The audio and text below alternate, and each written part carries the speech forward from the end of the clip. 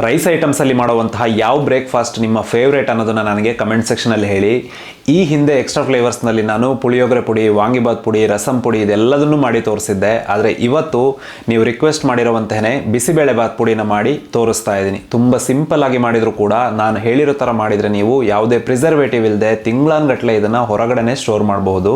ಹಾಗೆಯೇ ತುಂಬ ರುಚಿ ಕೂಡ ಇದು. ಒಂದ್ಸಲ ನೀವು ಟ್ರೈ ಮಾಡಿದರೆ ಹೊರಗಡೆ ಅಂಗಡಿಯಿಂದ ತರೋದನ್ನೇ ಮರೆತು ಬಿಡ್ತೀರಾ ಈ ಪೌಡರ್ನ.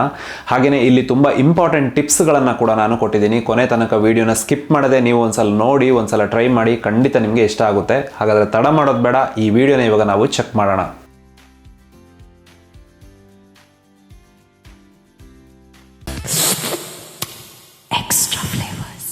ಈ ಬಿಸಿಬೇಳೆಬಾತ್ ಪೌಡರ್ ಮಾಡ್ಕೊಳ್ಳೋದಕ್ಕೆ ಇಲ್ಲಿ ಎಲ್ಲ ಸಾಮಗ್ರಿಗಳನ್ನು ನಾನು ನಿಮಗೆ ಮೊದಲಿಗೆ ಟೇಬಲ್ ಸ್ಪೂನ್ ಅಥವಾ ಟೀ ಸ್ಪೂನ್ ಅಳತೆಯಲ್ಲಿ ಹೇಳ್ತೀನಿ. ಅಕಸ್ಮಾತ್ ನಿಮಗೆ ಡಬಲ್ ಕ್ವಾಂಟಿಟಿಯಲ್ಲಿ ಮಾಡಬೇಕು, ಗ್ರಾಮ್ ಲೆಕ್ಕದಲ್ಲಿ ಬೇಕು ಅಂದರೆ ವಿಡಿಯೋ ಕೊನೆಗೆ ನೀವು ನೋಡ್ಬೋದು.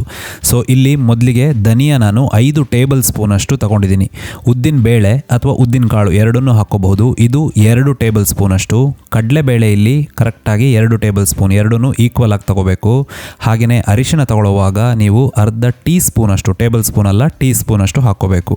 ಮೆಂತೆ ಹಾಕೊಳ್ಳೋವಾಗಲೂ ನೀವು ಜಾಸ್ತಿ ಮಾಡ್ಕೋಬಾರ್ದು, ನಾನು ಹೇಳಿರೋವಷ್ಟೇ ಅರ್ಧ ಟೀ ಸ್ಪೂನ್ ಅಷ್ಟು ಇಲ್ಲಿ ಹಾಕ್ಕೊಂಡ್ರೆ ಸಾಕು. ಗರಂ ಮಸಾಲೆಗಳಲ್ಲಿ ದೊಡ್ಡ ತುಂಡು 3 ಚಕ್ಕೆ ತುಂಡು ತಗೊಂಡಿದ್ದೀನಿ, 4 ಏಲಕ್ಕಿನ ತಗೊಂಡಿದ್ದೀನಿ, ಹಾಗೆಯೇ ಒಂದು 12 ಲವಂಗಗಳನ್ನು ಹಾಕ್ಕೋಬೇಕಾಗುತ್ತೆ. ಸಾಸಿವೆ ಹಾಕ್ಕೊಳ್ಳೋವಾಗ ನೀವು ಇಲ್ಲಿ ಅರ್ಧ ಟೀ ಸ್ಪೂನ್ ಅಷ್ಟು ಹಾಕ್ಕೋಬೇಕು. ಜಾಸ್ತಿ ಹಾಕ್ಕೊಂಡ್ರೂ ಕೂಡ ಸ್ವಲ್ಪ ಕಹಿ ಬಂದುಬಿಡುತ್ತೆ, ಅದಕ್ಕೋಸ್ಕರ. ಗಸಗಸೆ ಸ್ವಲ್ಪ ಜಾಸ್ತಿ ಕಮ್ಮಿ ಆದರೆ ಪರವಾಗಿಲ್ಲ, ಒಂದು ಅರ್ಧ ಟೀ ಸ್ಪೂನ್ ಅಷ್ಟು. ಹಾಗೆಯೇ ಹಿಂಗೆ ತಗೊಳ್ಳುವಾಗನೂ ನೀವು ಜಾಸ್ತಿ ಮಾಡ್ಕೋಬಾರ್ದು, 1/4 ಟೀ ಸ್ಪೂನ್ ಅಷ್ಟು ಹಾಕ್ಕೊಂಡ್ರೆ ಇದಕ್ಕೆ ಸಾಕಾಗುತ್ತೆ. ಕರಿಬೇವಿನ ಎಲೆಗಳನ್ನು ತಗೊಳ್ಳುವಾಗ ಇಲ್ಲಿ 3 ದಂಟು ಕರಿಬೇವಿನ ಎಲೆಗಳನ್ನು ನಾನು ತಗೊಂಡಿದ್ದೀನಿ. ಅಂದರೆ ಸುಮಾರು ನನಗೆ ಒಂದು 30ರಿಂದ 35 ಬೇಕಾಗುತ್ತೆ. ಮೆಣಸನ್ನು ತಗೊಳ್ಳುವಾಗ ಇಲ್ಲಿ ನಾನು ಉಪಯೋಗ ಮಾಡಿರೋದು ಬರೀ ಬ್ಯಾಡಗಿ ಮೆಣಸು ಮಾತ್ರ. ಅದು ಒಳ್ಳೆ ಕ್ವಾಲಿಟಿ ಬ್ಯಾಡಗಿ ಮೆಣಸನ್ನು ಉಪಯೋಗ ಮಾಡಿದ್ದೀನಿ. ಒಂದು 35 ಬ್ಯಾಡಗಿ ಮೆಣಸುಗಳನ್ನು ಹಾಕ್ಕೊಳ್ತಾ ಇದ್ದೀನಿ. ಅಕಸ್ಮಾತ್ ನಿಮಗೆ ಸ್ವಲ್ಪ ಖಾರ ಬೇಕು ಅಂದರೆ ಸ್ವಲ್ಪ ಗುಂಟೂರು ಮೆಣಸನ್ನು ನೀವು ಸೇರಿಸ್ಕೋಬಹುದು, ಈ ಬ್ಯಾಡಗಿ ಮೆಣಸನ್ನು ಸ್ವಲ್ಪ ಕಮ್ಮಿ ಮಾಡಿಕೊಂಡು. ಇವಾಗ ಒಂದು ಪ್ಯಾನನ್ನು ಬಿಸಿ ಮಾಡಿಕೊಂಡು ಒಂದು 2 ಟೇಬಲ್ ಸ್ಪೂನ್ ಅಷ್ಟು ಎಣ್ಣೆನ ಬಿಸಿ ಮಾಡಿ ಮೊದಲಿಗೆ ಸಾಸಿವೆ ಹಾಕ್ಕೋಬೇಕು. ಸಾಸಿವೆ ಒಡೆಯೋದೆಲ್ಲ ಏನು ಬೇಡ, ಸ್ವಲ್ಪ ನೀವು ರೋಸ್ಟ್ ಮಾಡಿಕೊಂಡ್ರೆ ಸಾಕು, ಇದು ಒಗ್ಗರಣೆ ಕೊಡೋಕ್ಕಲ್ಲ, ಅದಕ್ಕೋಸ್ಕರ. ಸ್ವಲ್ಪ ರೋಸ್ಟ್ ಆದಮೇಲೆ ಮೊದಲಿಗೆ ನೀವು ಮಾಡಬೇಕಾಗಿರುವಂಥದ್ದು ಕಡಲೆಬೇಳೆನ ಹಾಕ್ಕೋಬೇಕು. ಕಡಲೆಬೇಳೆ ಸ್ವಲ್ಪ ರೋಸ್ಟ್ ಆಗೋಕ್ಕೆ ಟೈಮ್ ತಗೊಳ್ಳುತ್ತೆ. ಹಾಗೆಯೇ ಅದು ಚೆನ್ನಾಗಿ ರೋಸ್ಟ್ ಆದರೆ ಮಾತ್ರ ಒಳ್ಳೆ ಪರಿಮಳ ಬರುವಂಥದ್ದು, ಹಾಗೆಯೇ ಆ ರುಚಿ ಕೂಡ ತುಂಬ ಚೆನ್ನಾಗಿ ಬರುವಂಥದ್ದು. ಅದಕ್ಕೋಸ್ಕರ ಫಸ್ಟಿಗೆ ಒಂದು 2ರಿಂದ 3 ನಿಮಿಷ ಲೋ ಫ್ಲೇಮಲ್ಲಿ, ಅಂದರೆ ಸಣ್ಣ ಉರಿಯಲ್ಲಿ ನೀವು ಅದನ್ನು ರೋಸ್ಟ್ ಮಾಡ್ಕೋಬೇಕು. ಅದಾದಮೇಲೆ ಅದಕ್ಕೆ ಉದ್ದಿನ ಬೇಳೆನ ಸೇರಿಸಿ ಅಥವಾ ಉದ್ದಿನ ಕಾಳನ್ನು ಸೇರಿಸಿ ಮತ್ತೆ 3ರಿಂದ 4 ನಿಮಿಷ ನೀವು ಚೆನ್ನಾಗಿ ರೋಸ್ಟ್ ಮಾಡ್ಕೋಬೇಕು. ಸ್ವಲ್ಪ ಅದು ಲೈಟ್ ಬ್ರೌನ್ ಕಲರ್ ಬರೋ ತನಕ ನೀವು ಇದನ್ನು ಮಾಡ್ಕೋಬೇಕಾಗುತ್ತೆ. ಹಾಗೆಯೇ ಈ ಥ್ರೂ ಔಟ್ ದ ಪ್ರಾಸೆಸ್ ಏನಿದೆ ಅದು ನೀವು ಯಾವ ಕಾರಣಕ್ಕೂ ಫ್ಲೇಮ್ನ ಜಾಸ್ತಿ ಇಟ್ಕೋಬಾರ್ದು, ಸಣ್ಣ ಉರಿಯಲ್ಲೇ ಇದನ್ನು ಮಾಡ್ಕೋಬೇಕು.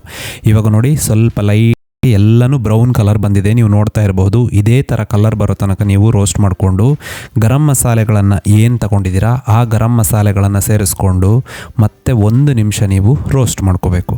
ಇವಾಗ ಒಳ್ಳೆ ಘಮ ಬರ್ತಾ ಇದೆ, ಯಾಕಂದರೆ ನಾನು ಗರಂ ಮಸಾಲೆಗಳನ್ನು ಸೇರಿಸಿದ್ದೀನಿ. ನಿಮಗೆ ಇಲ್ಲಿ ಬೇಕು ಅಂದರೆ ನೀವು ಜಾಪತ್ರೆ ಹಾಗೆಯೇ ಅನನಾಸು ಸ್ವಲ್ಪ ಸೇರಿಸ್ಕೋಬಹುದು, ನಾನಿಲ್ಲಿ ಸೇರಿಸ್ಕೊಳ್ತಾ ಇಲ್ಲ, ಇದೇ ಸಾಕು ಅಂತ.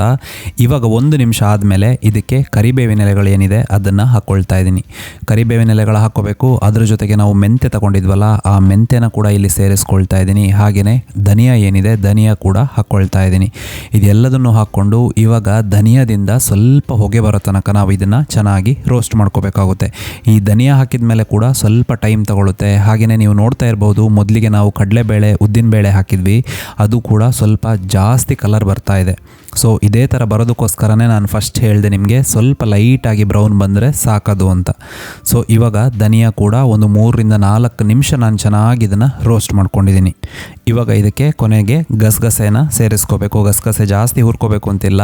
ಹಾಗೆಯೇ ಇದಕ್ಕೆ ಹಿಂಗನ್ನು ಕೂಡ ಇಲ್ಲಿ ಸೇರಿಸ್ಕೊಂಡು ಕೊನೆಯದಾಗಿ 1 ನಿಮಿಷ ಮಾತ್ರ, ಜಾಸ್ತಿ ಹೊತ್ತು ಮಾಡಬೇಡಿ, ಯಾಕಂದರೆ ಗಸಗಸೆ ಬೇಗ ಹುರಿಯುತ್ತೆ, ಅದು ಕಪ್ಪಾದರೆ ಆ ರುಚಿ ಬರೋದಿಲ್ಲ, ಹಾಗೆಯೇ ಪರಿಮಳ ಕೂಡ ಚೇಂಜ್ ಆಗುತ್ತೆ. ಅದಕ್ಕೋಸ್ಕರ ನೀವು ಹಾಕಿರುವಂತಹ ಹಿಂಗನ್ನು ಹಾಕಿದ ಮೇಲೆ 1 ನಿಮಿಷ ಮಾಡಿಕೊಂಡ್ರೆ ಸಾಕು. ಇವಾಗ ಎಲ್ಲದರದ್ದು ಕಲರ್ ನೀವು ನೋಡ್ಬೋದು ಹೇಗೆ ಬಂದಿದೆ ಅಂತ. ಸೊ ಸೂಪರ್ ಆದಂತಹ ಕಲರ್ ಬಂದಿದೆ, ಹಾಗೆಯೇ ಪರಿಮಳ ಕೂಡ ತುಂಬ ಚೆನ್ನಾಗಿದೆ. ಸೊ ಇದನ್ನು ತೆಗೆದು ನೀವು ಒಂದು ಪ್ಲೇಟಿಗೆ ಇವಾಗ ಟ್ರಾನ್ಸ್ಫರ್ ಮಾಡ್ಕೋಬೇಕು. ಅದು ತಣ್ಣಗಾಗೋ ತನಕ ನೀವು ಯಾವ ಕಾರಣಕ್ಕೂ ಮಿಕ್ಸಿಯಲ್ಲಿ ಹಾಕಬಾರ್ದು, ಯಾಕಂದರೆ ಮಿಕ್ಸಿಗೆ ಹಾಕಿದ ಮೇಲೂ ಅದು ಮತ್ತೆ ಬಿಸಿ ಆಗುತ್ತೆ. ಸೊ ಬಿಸಿ ಇರೋ ಯಾವ ಪದಾರ್ಥಗಳನ್ನು ನಾವು ಮಿಕ್ಸಿಗೆ ಹಾಕೋಬಾರ್ದು. ಇವಾಗ ನಾವು ತಗೊಂಡಿರುವಂತಹ ಬ್ಯಾಡಗಿ ಮೆಣಸು ಏನಿದೆ ಅದನ್ನು ಹಾಕ್ಕೊಂಡು ಇದನ್ನು ಕೂಡ ನೀವು ಸಣ್ಣ ಉರಿಯಲ್ಲಿ 3 ರಿಂದ 4 ನಿಮಿಷ ಹುರ್ಕೋಬೇಕಾಗುತ್ತೆ. ಇನ್ನೊಂದು ಇಂಪಾರ್ಟೆಂಟ್ ಟಿಪ್ಸ್ ಏನು ಅಂತ ಹೇಳಿದ್ರೆ, ಬ್ಯಾಡಗಿ ಮೆಣಸನ್ನು ಹುರಿಯುವಾಗ ನೀವು ಸ್ವಲ್ಪ ಹೊತ್ತು ಹಾಗೇನೆ ಇರಲಿ ಅಂತ ಬಿಟ್ಬಿಡಬಾರ್ದು. ಯಾಕಂದ್ರೆ ಅದು ಅಡಿಗಡೆ ಪೂರ್ತಿ ಕಪ್ಪಾಗ್ಬಿಡುತ್ತೆ. ಆ ಥರ ಕಪ್ಪಾದರೆ ಏನಾಗುತ್ತೆ ಅಂದರೆ ನೀವು ಮಾಡುವಂತಹ ಪೌಡರ್ ಏನಿದೆ ಅದರದ್ದು ಕಲರ್ ಕೂಡ ಚೇಂಜ್ ಆಗುತ್ತೆ, ಹಾಗೆಯೇ ಪರಿಮಳ ತುಂಬಾನೇ ಡಿಫ್ರೆನ್ಸ್ ಬಂದ್ಬಿಡುತ್ತೆ. ಅದಕ್ಕೋಸ್ಕರ ಯಾವಾಗಲೂ ನೀವು ಮೆಣಸನ್ನು ಹುರಿಯುವಾಗ ಕೈ ಬಿಡದೆ ಅದನ್ನು ಚೆನ್ನಾಗಿ ಹುರಿತಾನೆ ಇರಬೇಕು, ಒಂದು 3 ರಿಂದ 4 ನಿಮಿಷ. ತುಂಬ ಸಲ ನಾವು ಅಂಗಡಿಯಿಂದ ಮೆಣಸನ್ನು ತರುವಾಗ ಏನಾಗುತ್ತೆ ಅಂತ ಹೇಳಿದರೆ ಅದು ಚೆನ್ನಾಗಿ ಒಣಗಿರೋದಿಲ್ಲ. ಅದಕ್ಕೆ ನೀವು ಯಾವುದೇ ಸಾಮಗ್ರಿಗಳ ಜೊತೆ ಅದನ್ನು ಹುರಿಯದೆ ಸಪ್ರೇಟಾಗಿ ಹುರ್ಕೋಬೇಕು. ಆ ಥರ ಹುರ್ಕೊಂಡ್ರೆ ಮಾತ್ರ ನಿಮಗೆ ಪೌಡರ್ ತುಂಬ ಜಾಸ್ತಿ ಬಾಳಿಕೆ ಬರುತ್ತೆ, ಇಲ್ಲಾಂದರೆ ಬೇಗ ಹಾಳಾಗ್ಬಿಡುತ್ತೆ.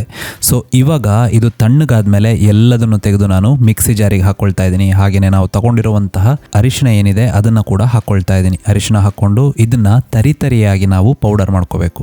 ನಾನು ಎಲ್ಲ ಪೌಡರ್ಗಳನ್ನು ನಿಮಗೆ ಚೆನ್ನಾಗಿ ನೀವು ಪೌಡರ್ ಮಾಡ್ಕೋಬೇಕಂತ ಇದ್ದೆ, ಬಟ್ ಇವಾಗ ಬಿಸಿಬೇಳೆ ಬಾತಿಗೆ ನಾನು ತೋರಿಸ್ತಾ ಇದ್ದೀನಿ ನೋಡಿ, ಈ ಥರ ನೀವು ತರಿಯಾಗಿ ಪೌಡರ್ ಮಾಡಿಕೊಂಡ್ರೆ ತುಂಬ ಒಳ್ಳೆಯದು. ಹಾಗೆಯೇ ಈ ಕಲರ್ ನೋಡ್ಬೋದು ನೀವು, ನಾನು ಬರೀ ಬ್ಯಾಡಗಿ ಮೆಣಸನ್ನು ಉಪಯೋಗ ಮಾಡಿರೋದ್ರಿಂದ ಹಾಗೆಯೇ ಅದನ್ನು ಚೆನ್ನಾಗಿ ರೋಸ್ಟ್ ಮಾಡಿರೋದ್ರಿಂದ ಅದ್ಭುತವಾದಂತಹ ಕಲರ್ ಆ ಬಿಸಿಬೇಳೆ ಬಾತ್ ಪೌಡರಿಗೆ ಬಂದಿದೆ. ಹಾಗೆಯೇ ಇದ್ರದ್ದು ರುಚಿ 100% ತುಂಬಾ ಚೆನ್ನಾಗಿರುತ್ತೆ. ಸ್ಟೋರ್ ಕೂಡ ನೀವು ಒಂದು 6 ರಿಂದ 7 ತಿಂಗಳು ಆರಾಮಾಗಿ ಇದನ್ನು ಸ್ಟೋರ್ ಮಾಡ್ಬೋದು, ಏನೇ ಡೌಟ್ ಇಲ್ಲ. ಸೊ ಇದಾಯಿತು ಬಿಸಿಬೇಳೆ ಬಾತ್ ಪೌಡರ್. ನೆಕ್ಸ್ಟ್ ವಿಡಿಯೋದಲ್ಲಿ ನಾನು ನನ್ನ ಸ್ಟೈಲಲ್ಲಿ ಬಿಸಿಬೇಳೆ ಬಾತ್ ಮಾಡಿ ತೋರಿಸ್ತೀನಿ. ಈ ವಿಡಿಯೋ ನಿಮಗೆ ಇಷ್ಟ ಆಯಿತು ಅಂದ್ಕೊಳ್ತೀನಿ. ಇಷ್ಟ ಆದರೆ ಒಂದು ಲೈಕ್ ಕೊಡೋದಕ್ಕೆ ಹಾಗೆಯೇ ಈ ವಿಡಿಯೋನ ಶೇರ್ ಮಾಡೋದಕ್ಕೆ ಮರಿಬೇಡಿ. ನೆಕ್ಸ್ಟ್ ಇನ್ನೊಂದು ರೆಸಿಪಿ ಜೊತೆ ಮತ್ತೆ ನಾನು ನಿಮ್ಮನ್ನು ಭೇಟಿ ಆಗ್ತೀನಿ. ಅಲ್ಲಿ ತನಕ ಟೇಕ್ ಕೇರ್, ಬಾಯ್.